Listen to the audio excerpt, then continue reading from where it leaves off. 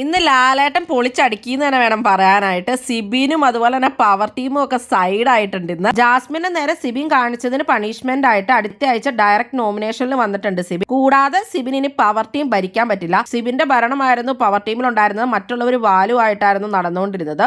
കാര്യം power team കുറിച്ച് കാര്യങ്ങളൊക്കെ കൊണ്ടുവന്നതൊക്കെ രസമായിരുന്നു എങ്കിൽ കൂടി അവർ കുറച്ചധികം ഓവർ ആയിരുന്നു. അത് തന്നെയാണ് പറ്റിപ്പോയത്. സിബിൻ തന്നെയായിരുന്നു ഓവർ ആയിട്ടുണ്ടായിരുന്നത്. അതിനുള്ള പണിയാണ് സിബിന് കിട്ടിയത്. അപ്പോൾ പവർ ടീം പാർഷ്യൽ ആയിരുന്നു എന്നുള്ളത് തന്നെ ഇന്ന് ലാലേട്ടൻ കാണിച്ചു കൊടുക്കുകയുണ്ടായി. ഡെൻ ടീമിന് കൊടുക്കരുതെന്ന് അവർ ഓൾറെഡി പ്ലാൻ ചെയ്ത സംഭവം ഡെൻ ടീമുകാർ നന്നായിട്ട് തന്നെ പെർഫോം ചെയ്തു എന്നും അർജുനെയും അപ്സരേനെയും ലാലേട്ടൻ പ്രത്യേകം അപ്രിഷിയേറ്റ് ചെയ്യുകയും ചെയ്തിട്ടുണ്ടായിരുന്നു. പ്രേക്ഷകരുടെ ഇഷ്ടം അതായിരുന്നു എന്നും പറഞ്ഞു. അത് മാത്രമല്ല, സിബിൻ പറഞ്ഞ അതേപോലെ തന്നെ ജിൻഡോ ജാസ്മിനോട് പറഞ്ഞ കാലുവാരി നിലത്തടിക്കുന്ന സംഭവം ഒക്കെ വീഡിയോ ആയിട്ട് കാണിച്ചു കൊടുത്തു. ഇന്നത്തെ എപ്പിസോഡിൽ അപ്പോൾ ഡെൻ ടീമിന് വളരെയധികം സന്തോഷം ഉണ്ടായിട്ടുണ്ട്. ഗബ്രിക്കും ജാസ്മിനും വളരെ ഹാപ്പി ആയിട്ടുണ്ട്. അതുപോലെ തന്നെ നമ്മുടെ നോറയും എക്സ്ട്രീം ഹാപ്പി ആയിട്ടുണ്ട്. ഇന്നിപ്പോൾ മൊത്തത്തിൽ അടി പോയത് പവർ ടീം തന്നെയായിരുന്നു. അതുപോലെ ജിൻഡോ നോറയോട് ചെയ്തതൊക്കെ ലാലേട്ടൻ ചോദിച്ചിട്ടുണ്ട്. അതിന് പണിഷ്മെന്റ് ആയിട്ട് 3 ദിവസത്തേക്ക് വെസൽ ക്ലീനിങ് തന്നെയാണ് ജിൻഡോയ്ക്ക് കൊടുത്തിട്ടുള്ളത്.